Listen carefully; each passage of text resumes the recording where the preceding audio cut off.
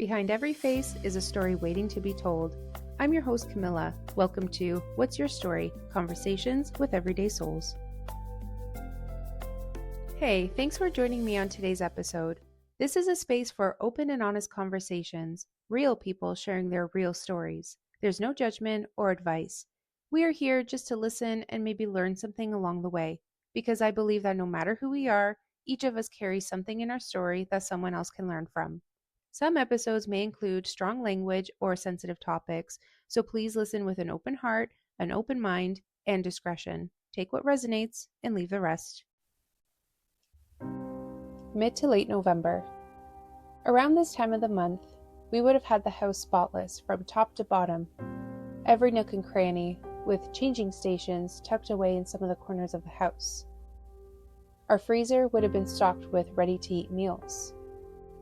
Around this time of the month, our bathroom would have had a post-recovery basket for me, and our spare bedroom would have been decorated, fully furnished, stocked up, and ready to go. Around this time of the month, we'd be rushing to the hospital, getting ready to welcome a new addition to our family. But instead, our house isn't spotless from top to bottom. Don't get me wrong, it is clean. We don't have changing stations tucked away in corners of the house. There's no post-recovery basket for me in the bathroom. There's food in the freezer, but it's not ready to eat meals. And our spare room? Well, it's still just a spare room. And instead of rushing to the hospital, I'm sitting here with you, sharing a piece of my story. Friday, March 28th, 2025. It was a chilly morning when we woke up. And as the coffee was brewing and my husband was putting together a fire in our wood stove, I decided to go use the bathroom. I also decided to take a pregnancy test, because at that moment I was about 1.5 to 2 weeks late, but I chalked it up to stress. The previous year we started talking about having a child, and so I had purchased a 40-pack of pregnancy test strips. So I grabbed one of those, peed into a little cup, and dipped the stick. As the strip was doing its thing, I finished what I was doing on the toilet. Then I looked over and saw 2 lines on the strip. My whole body froze. It had been so long since I took a test that I actually forgot what the lines meant. Plus, I've never had a positive test before. I grabbed my phone, quickly Googled pregnancy test results, and of course, 2 lines equals pregnant. I was shaking a bit as I quickly walked over to my husband to show him the strip, and I started to cry and said, "Oh my God, I'm pregnant." He looked at me shocked at what I had just said and instantly started smiling and was excited. I couldn't have asked for a better reaction. Me, on the other hand, I went into total panic mode. Are we ready for this? Emotionally, mentally, even financially? Can we actually raise a kid? What now? It took me a few days to wrap my head around the fact that I was pregnant. I even took a test the following morning because I thought it wasn't real. The more I sat with the new information, the more the last couple weeks made sense. The first few months of the year were met with us bringing home a dog, Maggie. She came from a Mennonite farm up the road from us. The first time my husband saw her in January, she was wandering on our road. So we put her in the truck and brought her home. We didn't know what to do. We drove around until we found where she came from and dropped her off. A few weeks later, beginning of February, she had come back, and I found her sitting on the back patio steps waiting for me. I wanted to keep her right then and there, but I knew that we had to bring her back. And so the discussions of potentially bringing home a dog started. Fast forward to March 8th, and we made that happen. I went to speak to the people living at the farm, offered to buy her from them, and she came home with us. The first weeks that followed were a bit stressful. With a new addition to our home, there were new routines to get used to. She wasn't trained, so that was something new as well. And my 2 cats weren't thrilled with the idea of her being there either. Throw a busy couple of weeks at work into that mix too. At that time, my husband worked away from home, so during the week, a lot of responsibilities fell on me. On weekends, he was home and helped out a lot. During those first few weeks of Maggie being home with us, I started to feel unwell but kept powering through. I figured I'll rest in the evening, try to get a good night's sleep, And even though I did rest and slept decently, I still felt unwell. I thought that I was starting to catch some sort of bug or the flu because I was busy working and busy with the house and the animals. Maybe someone got me sick. So now what? Finding out on March 28th, we decided to just enjoy our weekend, and come Monday, I'd start making phone calls. I called the local midwives in our area, called my family doctor to get requisitions. It was interesting navigating all of that, being in Northern Ontario and having my family doctor in Southern Ontario. As the week went on, I got a call back from the midwives. They couldn't take me on because my estimated due date fell during a time when they were fully booked. Then the hospital called to arrange a phone chat for an OBGYN. Perfect. I had blood work appointments scheduled and even my first ultrasound scheduled. All of that aside, we started to imagine our lives with this baby. What us working would look like. If someone would come stay with us for a bit to help out. How long would I be off work as I'm self-employed? We started talking about baby names. My YouTube feed flooded with baby videos and pregnancy this and pregnancy that. Honestly, it was a bit overwhelming. I've never been in this position, so this was all new to me. It was all new to us. With my husband working away from home during the week, there were moments where I had to step up in order to keep the house going. Beginning of April was still quite cold up here, and starting a fire in the mornings helped break that cold. My husband would make sure I was stocked up for the week with firewood, but we must have had some shit wood or something. They burned really quickly. Nothing like our firewood right now. So there were a few times that I had to go outside and chop a few pieces. That's life up north. There's always something that needs to be done, especially when you haven't quite yet established a group of friends. I didn't really have anyone to call on. I had planned to visit my family over the Easter weekend and take Maggie with me. It would be her first major car ride and first time meeting my family. My husband and I decided that we weren't going to tell anybody until after the 3 months. Initially, I thought about telling them at Easter. It would have been the perfect time. But since I couldn't get an appointment for my first ultrasound until the Friday after, I didn't want to say anything. If I had gone for my ultrasound before and knowing that everything was fine, I would have considered telling everyone the news. The week leading up to Easter was pretty chaotic. On one of our walks, Maggie decided to eat some horse shit, so she ended up with diarrhea. She had one accident in the house, and I'm just going to throw this out there. Her pacing, urgently needing to go outside, looks the same as her just walking around the house. But this was also a learning curve for me and her. She was still so new in our home that we were still learning about each other.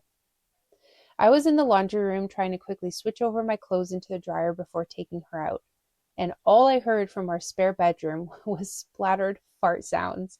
I ran as fast as I could, and there she was, squatting beside the bed, dropping a big, wet deuce. I opened the window wide, turned the ceiling fan on, shut the door, and took her outside, where she proceeded with the diarrhea and even vomited. We sat outside for quite a while, her lying on the grass relaxing from what had just happened, and I knew eventually I had to go back inside and clean up that mess. With all of that happening, I thought to myself, maybe I should cancel Easter and just stay home. I didn't want to travel with a sick dog. That wouldn't be fun or fair to Maggie. I let my mom know that I might not be able to make it down. After the whole spare room poop incident, Maggie seemed to be doing better, and so I decided to put Easter back on the table. Midweek, she ate another piece of horse shit, and her diarrhea had returned. Not as bad as the first time, but she wasn't feeling 100%. Visiting for Easter stayed on the table. I had my doubts about that, though. Initially, I planned to hit the road Thursday morning, but decided to give it an extra day and possibly hit the road Friday morning instead. We arrived at my parents' late Friday afternoon.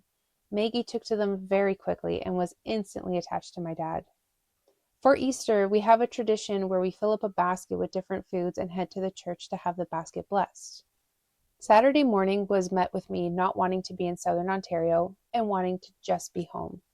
As I was getting ready to head to the church with my mom, I started spotting. A few weeks prior to that, I was chatting on the phone with my family doctor, and she had mentioned that sometimes bleeding may occur at the very early stages of pregnancy. She said it was nothing to worry about if it was a tiny amount of blood. She said the time to worry would be when there is a lot of blood. This spotting wasn't that, because that happened a few days after talking to her on the phone. This was different, and I felt deep within my body that something wasn't right.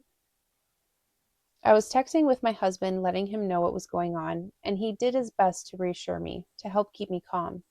It really sucked being so far away from each other with all of this happening. My oldest brother and his wife had planned a casual dinner for all of us quote-unquote kids to get together. I have 2 older brothers, so we all got together Saturday afternoon for a casual barbecue dinner. It's funny how things seem to synchronize at certain times in our lives. During the dinner, I was chatting with my 2 nieces, and one randomly asked me if I would ever get pregnant, meaning she wanted a baby cousin. Knowing what was going on with my body in that moment, I just smiled at her, shrugged my shoulders, and said, I guess we'll see. As the evening went on, the conversation around the table got a little heated. That's normal in my family. Political talk always seems to make its way in. It's all in good fun, though. No actual fights or arguments break out. It's more discussions, one opinion versus another, so things get loud. At one point, my one sister-in-law was in a heated discussion with one of my brothers, and the other sister-in-law was sitting beside me and we were having a chat.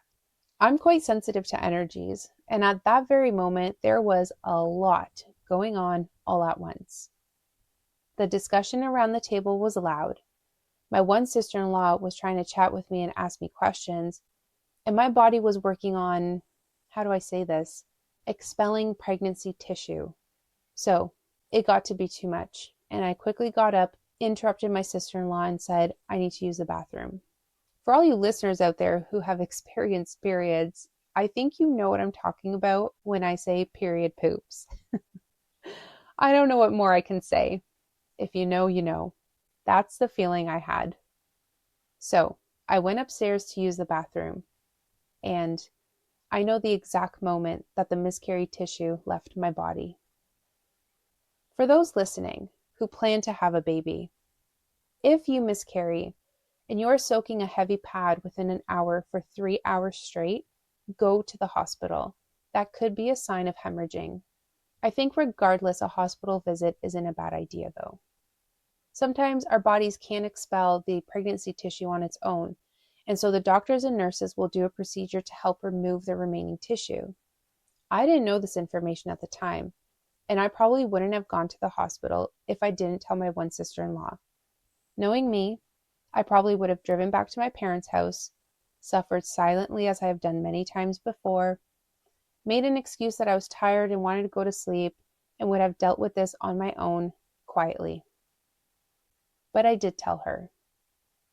I didn't bring any pads or tampons with me because I didn't need any, and so I had to ask her for some. I ended up telling her that I was currently miscarrying, and she was the one that convinced me to go to the hospital. With all of this happening, on a certain level, I was okay with it. Not in the way of, phew, dodged a bullet, because we genuinely wanted to have a baby. I think I just accepted what was happening in that moment. It is what it is. It's out of my control. With that said, when we got downstairs and I had to break the news to my siblings and my other sister-in-law, I couldn't get the words out of my mouth. I started to cry. Eventually, my brothers caught on to the fact that I was crying, and everyone stopped talking and waited. And still, the words wouldn't leave my mouth. My sister-in-law had to step in and break the news. So Camilla's pregnant and is currently miscarrying. We're going to go down to the hospital so she can be checked. Immediately, my brothers jumped up and sprang into action. During all of this, from the time of me being in the bathroom to us leaving for a merge, every once in a while, I would get these severe cramps. I have never experienced anything like this before. It didn't take long to realize that they were contractions. They came in waves. Every few minutes it would happen. Took the strength right out of my legs. I did everything in my power not to vomit. And then it would go away, and I would have zero pain. For all you women out there who have given birth with zero drugs, all natural, big, big kudos to you. I can't even imagine the mental preparation it would take. I have a low pain tolerance, so I would have to prepare not only mentally, but physically too. At this point, it was getting late into the night, and I knew I'd have to call my parents and let them know where I was and what was going on. Before I left their house, I had told them I'll most likely be home around, I think it was about 9. And again, even though I had accepted what was happening, even the conversation between my sister-in-law and I, she seemed more worried and concerned than I was. She would say, "Oh, Camilla," and I would say, "It's okay, it's okay." Having to call my parents and tell them the sad news was not something I was able to do.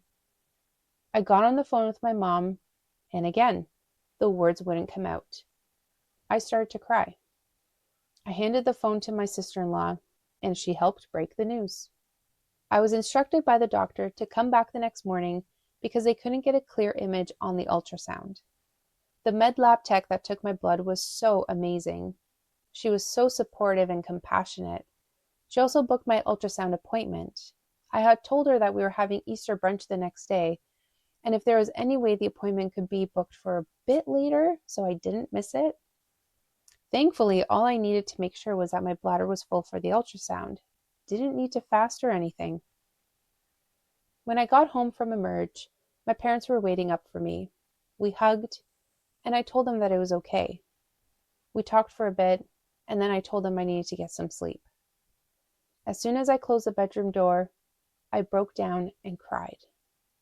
The next morning, knowing the worst of it was over, I woke up just wanting this weekend to be done and over with. I wanted to be home with my husband. It honestly felt like I would never leave Southern Ontario. Everyone came over for Easter brunch. Everyone asked how I was doing, and I told them I was doing okay. And that was the truth. As much as I didn't want to be there anymore, I was okay with what had happened. But receiving the results of my ultrasound still managed to tear me to pieces. Even though I knew I miscarried, there was no way the little cluster of cells survived that bloodbath. Hearing the words come out of the doctor's mouth just broke me. My heart ached like it's never ached before. My mom was with me for this appointment, and it broke her too. To me, this was the ultimate form of rejection. The doctor gave her sympathies, told me it wasn't my fault and that I didn't do anything wrong, and I knew that. But a piece of me couldn't help but blame myself for the loss. My mind raced and replayed all the events from the time we found out I was pregnant until the miscarriage. Was it because I went out and chopped wood? Was it because I felt stressed taking care of the animals and the house and working? Was it because at shitty times, especially with the state of our world, I would say things like, "Are you sure you want to come into this fucked up world?" The original plan was to hit the road Monday morning to head back home. My mom tried to convince me to stay an extra day and leave Tuesday, but I really didn't have anything left in me to stay an extra day. As supportive as they were through all of this, I just wanted to be home. The main worry was that something would happen to me on the road and I wouldn't have a hospital to pull into. Plus, being by myself and having Maggie in the car. I knew that wasn't going to be the case. I knew if there was an emergency and I really needed a hospital, all of that would have occurred on Saturday. I knew the worst of it was over, and it was now time for my body to heal. But there was no convincing my mom. Understandably so. We decided to all drive together. I followed my parents to Parry Sound, where my husband met us, and he followed me back to our home. That was the compromise, and I was fine with that. Anything to get me home as quickly as possible. Before we hit the road, my phone rang. My phone call for an OBGYN was scheduled for that Monday at 9 a.m. I answered the phone, and a friendly woman was on the other line. It tore me to pieces all over again when I told her I miscarried 2 days ago. She was very kind and sympathetic with the whole situation. I cried the entire drive home. I cried when we pulled into the parking lot where my husband was waiting for me, and we hugged each other tightly. He said to me, "It's going to be okay." So now what? I took a couple of days off work and just didn't really know what to do with myself. It's kind of a strange place to be in, like you're in limbo or something. It's also incredibly fascinating how quickly life can change. One moment you're getting ready for appointments and talking all baby stuff, and the next it's all gone, just like that. Many people around me have not experienced a miscarriage, so I didn't really have anybody to talk to. My family was there for me and very supportive, but it makes me think back to years ago when I would talk to others about their miscarriage. I listened, gave my sympathies, gave them an ear or a shoulder to cry on if need be. What I learned from going through this is that you really don't know what a person is going through until you've experienced it yourself. I didn't realize how many layers there were to this. Yes, emotionally and physically, but there's also the mental aspect, the spiritual aspect. The couple days I had off work, I found myself on a Reddit forum for miscarriages. It was really interesting to read the different perspectives. Now, I don't fully know these people's stories. Quite frankly, I couldn't even tell you if they were male or female leaving comments. But the comments ranged from total sympathy and sharing of experiences all the way to people not understanding the grief behind losing a cluster of cells. Some comments even told the OP they got lucky and dodged a bullet. It seemed to open a whole new world to me, one that I didn't know existed. It's not just, quote unquote, I had a miscarriage. It goes deeper than that. We deal with the grief, the guilt, even shame for some of us. For me, it was rejection. We carry that. When you find out you're pregnant, you start to imagine what your life could be like with this baby pretty quickly. Baby names, clothes, foods, what the nursery could look like. The list goes on and on. It's a big deal. I've heard many times before people saying that having a child is life-changing. Before, those words were just words. But now I have a better understanding of that word, life-changing. So life-changing that some days I had a hard time wrapping my head around the fact that I was pregnant. I searched on YouTube about miscarriages as well. In times like these, we are so quick to externally research and search for info or content or whatever it may be, as if we'll find our answers out there somewhere. But it's also comforting coming across this information, like validating that what I'm feeling is something others have gone through or are going through. I came across videos of people posting about their miscarriage and how a few weeks or months later, they got pregnant again and had their rainbow baby.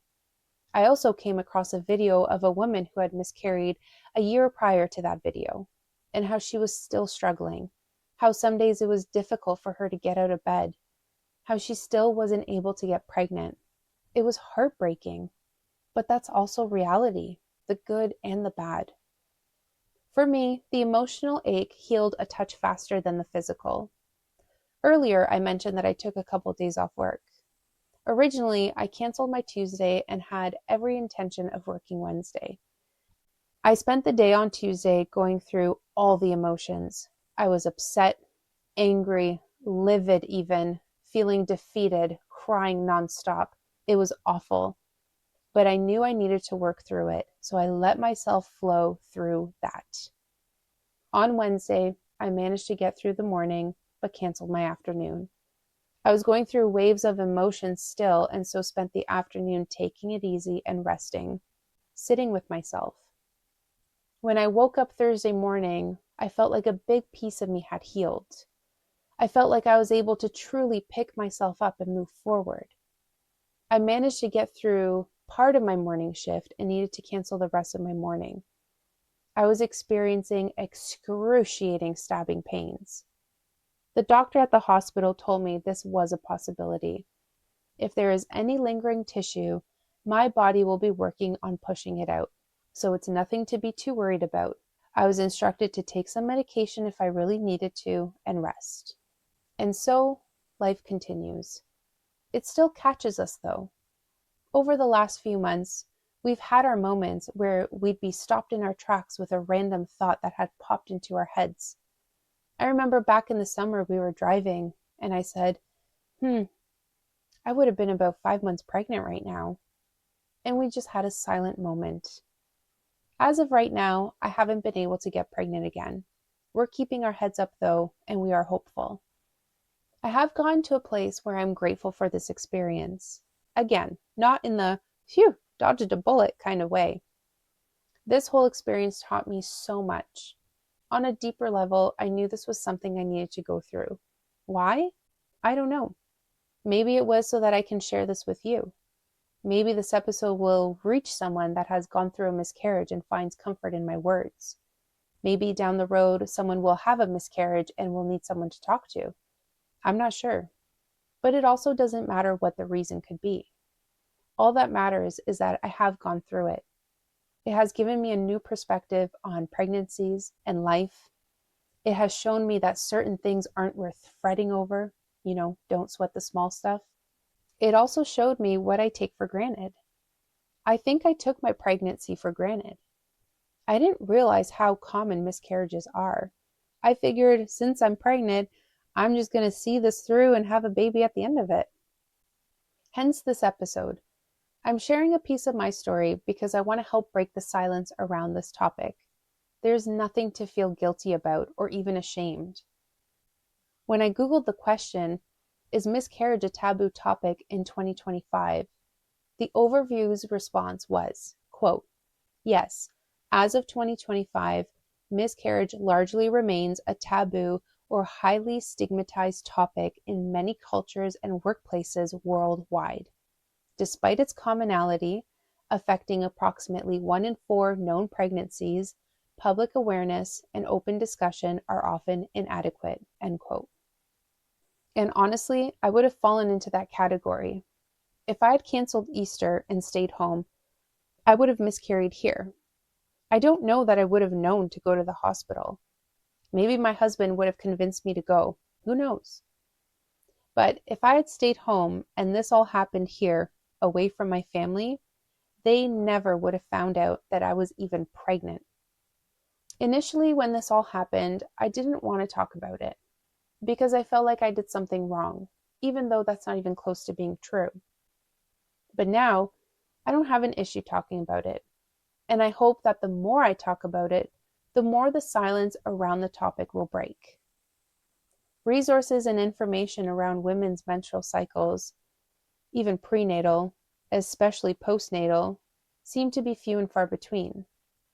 The other thing I notice is we're all given different information. I had watched on YouTube videos and even talked to people where doctors and nurses are talking about these miscarriages, and some had said you need to wait 3 months before trying again. Meanwhile, I was told by my Emerge doctor that if my HCG levels were back down to 0, we can start trying again. We didn't have to wait the 3 months. If I ever get pregnant again, I will be approaching it so much more differently than I did the first time. My eyes have been opened to how fragile that time can be, and we would love nothing more than to see a pregnancy through and give birth to a happy, healthy baby. When we found out I was pregnant, we quote unquote followed the crowd and decided we weren't going to tell our families until after 12 weeks or so. And I wished that we hadn't decided that. Even though it ended in a miscarriage, a piece of me felt like I robbed my parents of the experience. I'm the only daughter in our family, and so I feel like when a daughter gets pregnant, it hits a bit differently than when a son is expecting a baby. The other part to that is, I discovered that a miscarriage can happen at any point in the pregnancy. Just because someone cleared the first trimester doesn't necessarily mean all is well. I've heard stories, firsthand and read about them, of women miscarrying at 20 plus weeks. Complications can happen in their 30th week or so. See what I mean? I remember when I was having my phone chat with my family doctor, she told everybody right away. She didn't care to wait. And initially, I didn't agree with that. But now, knowing what I know, I 100% agree. Next time, my family will find out when we find out. Of course, stressing that it is still so new. At the end of my episodes, I like to ask my guests a few questions. And I thought, how would I answer them based on what I shared today? So here it goes. First question. If I could share one piece of wisdom or life lesson that's been most meaningful to me, what would it be? That life is fleeting. Embrace what you can while you still can, because life can change in a snap of a finger. Don't sweat the small stuff, especially that which is out of your control. I think an important piece too is the power of words. We need to be more aware of our thoughts and what words we speak. Our thoughts and words shape our reality. And so if we have a shitty outlook on life and we're just constantly negative about everything, our reality will mirror that right back to us. But if we can take a moment and remember to breathe during trying times, respond from our heart and not from a place of ego, we just might find life looking a bit better. If I ever become pregnant again, this is definitely something that I will be keeping in mind. Question 2. What's something I wish more people understood? That even though someone doesn't look like they're suffering, it doesn't mean they aren't. We have become so good at hiding our pain and suffering, putting on a smile. Fake it till you make it. Pain and suffering aren't always something that can be seen, something that is tangible. Whether we understand their situation or not, we need to remember to be kind, not judge, and have compassion for the people around us because we never really know what someone is going through. Question 3. If I could go back and talk to my younger self, what would I say? This one I struggled with. The generic answer would be, I would tell my younger self that it's all going to be okay. I don't know that I would say anything that could potentially change the trajectory of her life, because everything that I've been through has shaped me into the person I am today. I spent my 20s allowing my traumas to run my life, but I busted through that. And now my traumas are just experiences that I've gone through. They don't affect my decision making today. They don't rule over me. When we go through an experience and overcome it, we then have the ability to hold space for others who may need some help or guidance with a similar situation. I love who I am today. So yeah, I would tell her it's all going to be okay. Question 4. What do I hope people take away from hearing my story today? That it brings a different perspective to those who haven't experienced a miscarriage. Maybe a bit more of an understanding of how she feels and what she's going through. Like I said, it's difficult to fully know if you haven't ever gone through this. But if it helps one person understand a bit more, to have a bit more compassion, then my work here is done. I also hope that it opens the doors for more discussion about miscarriages, that it helps break the shame and guilt we feel around it. For you listeners out there, if you've experienced a miscarriage and are open to starting a discussion or sharing your story, leave me a comment on YouTube. If you want to share but don't want to be public, send me an email. This goes for the men too. Us women take the brunt of it, but the men also feel a loss.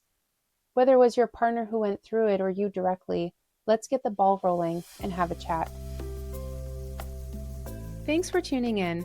I hope today's conversation left you with a thought, a feeling, or a bit of wisdom. Take what resonates, leave the rest, and sprinkle a little kindness wherever you go. See you next time.